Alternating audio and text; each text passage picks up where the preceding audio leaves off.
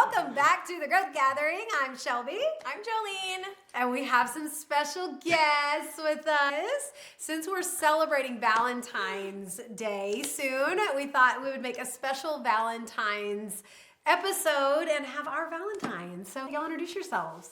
Well, hello, I'm Andrew. Nice to meet you. I'm Jason. Good to meet you. Yeah, so I think it'd be fun to just share a little bit about ourselves. How long we've been married, where'd you meet, maybe what you love best about being married to Such wonderful people. I've been married, going to be 21 years this May. Met in college. Very good. You got that. You got the right answer. All right. So 21 years. So we'll give y'all our 21 years of marriage advice on this episode. Where'd y'all meet? We've been married 16 years. We met, I was in a band, and she... I was not a groupie. Yeah, you were. I was not. No. Wait, did you have long hair? Long curly hair. Long hair. Yeah, we just met through a couple of the guys in the band that knew Jouleen. The rest is history, really. Okay, because it's Valentine's week, we want to dive in with some tips, suggestions, mindset, all the things we normally talk about, but specifically catered to Valentine's Day. Did you have a Valentine's Day when you were originally on plan? I'm sure Valentine's Day had come up. I had Thanksgiving, Christmas, New Year's. Harder, way harder. And then I actually hit my goal in the middle of January. I was in the transition, maintenance, optimal health process when Valentine's Day came around. But this is a confession. We do anything big for Valentine's Day. What did you say about that? I said, why focus on one day to show you that I love you whenever I love you the same amount each day as much as I possibly can. So Now, Jason said this as a way to get out of giving me like a Valentine's Day. Now, I love you every day. But it does align with this idea that you really do love and take care of yourself all year long, every day. We do these habits, this lifestyle that we've talked about over and over. A couple years ago, I heard this quote. This was Ed Milet in a podcast. I couldn't tell you which one, but he just talked about how this self-love movement. It's just culture right now is like self-love, treat yourself, blah, blah, blah. He challenged it by saying that we actually love our bodies by having discipline, by moving, by hydrating, by taking a walk, by managing our stress. That's how you actually love your body. That's what self-love should actually look like. But culture has twisted it into this, oh, you had a hard day, go drink your woes, go eat all these things. And we want to challenge that. We do want to fuel our body well so that we wake up feeling good the next day. And does that mean it's perfect? No. Does that mean you can't celebrate Valentine's? No. But it does mean that we get right back on track and do things that align with what's going to help you feel your best. Feel your best, right? At the end of it. Yeah, I love that. I think that's so good. I think it was Mel Robbins I heard say this recently, and she was like, your body is not a trash can. I was like, yes. And in the season of love, we're celebrating love this coming weekend. And I think there's just no better time to remember our body isn't a trash can. And like, I want to love my body. Definitely used to be a garbage disposal. Yeah. I'm like, Straight tell me up. why I'm just finishing random kid snacks. That's I like don't dad's, know. used to be dad's job. Now we're learning to love ourselves. And we actually were on, what made us think about this as an idea for a podcast is we were on one of our growth gatherings, and one of the clients on there was like, all I've been thinking about is what me and my boyfriend are going to do for Valentine's Day. And that was weeks ago. Like, and so I know it's on some of your minds. And so it's our heart to leave you with some tips on how to survive. I was thinking about my first time on plan, and we did walk through Valentine's, and I think we had a date night. I don't remember exactly what we did because that was years ago. But I do remember being consumed with how do I have success? I want to stay on track. And so truly this episode is for those of you that are like, I really want to, I don't want this to get me off course. I want to stay on track, or I want this to be a successful evening with my spouse and so or partner. So we got some tips for you. Date night tips. Yeah. My favorite, and this goes for whether it's Valentine's Day or not, but my favorite is one you taught me. Which is eat before you eat. Eat before you Always. eat. I mean, that's eat a bar, eat a protein shake, eat a cheese stick on the way to eat. You always made fun of me for this. You're like, are you really gonna eat right now? We're You're about to eating eat, on you're the eating. way to the restaurant. I'm like, yeah.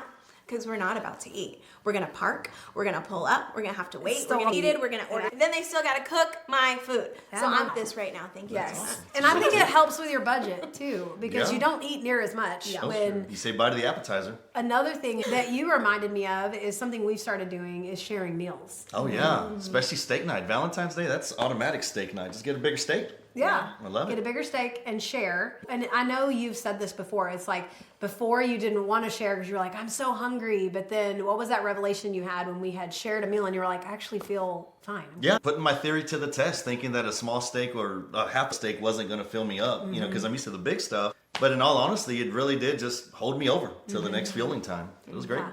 So like literally the concept of being hungry usually just lives in your mind. Yep. It really is. It's a mind game. And really it started because we were like, we need to start saving money if we're going to eat out. Yeah. Right? And then we started, well, this also saves calories. Like this is just a good, healthy habit that we've tried to do when we can is just share a meal. Also, something that has helped me, and correct me if I'm wrong, but like, say we get a meal, but then I really want fries, and she'll say, let's split fries. I'm like, I don't want to split fries, but we will. So one thing that we'll say is, okay, split, but if you're so hungry, you're allowed to order more fries. Yes. Don't just get too large. Let's get one medium and share it, but we have permission to order more if we're hungry. I'm telling you, like 99% of the time, Yes. you're not hungry. Yep. I love that. It really Definitely. does just live in your mind. We tell our kids that too because they think they're gonna, and then how many of them leave a bunch of crap on their plate. Yeah. And so you can always order more, but let's finish what we have here. Use that tip on date night coming up for Valentine's Day. I think another one, like to your point, what you were talking about is like, well, we want fries. Well, if we're gonna have the treat, split it. Or like what we try to do is like,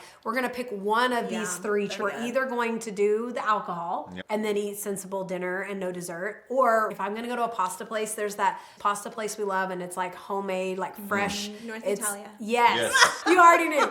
Yes. And if you Tell go a there. foodie without telling me Yes. you're If I'm gonna go there, here's what I'm choosing. I'm not gonna have the alcohol and I'm not gonna have dessert because I'm choosing the handmade pasta that was just made like an hour before it came to my plate. Like that's what I'm gonna have. Yeah. And so we pick one or the other. Or if we're going to like whiskey cake, we know that we love the whiskey cake there and we're gonna split that. Usually we split one cake between several couples, but we know we're gonna enjoy the dessert. So I don't have the alcohol and I have a very sensible meal that's gonna be balanced macros on my plate. Like I'm gonna pick one of the three. And that's just a healthy habit we live by. And I think it will serve you well on Valentine's Day as well. I think another healthy habit for me is I will actively just drink a big glass of water during the state of being hungry. I'm really, really hungry. I'm gonna drink a big glass of water because that's gonna help me not be as hungry. I agree. Well, and a lot of times your mind will tell you it's hungry, but it's actually dehydrated. And so that alone, and then you see, am I actually hungry or was I just dehydrated or thirsty? That's good. One of my favorites, and this is the Enneagram 7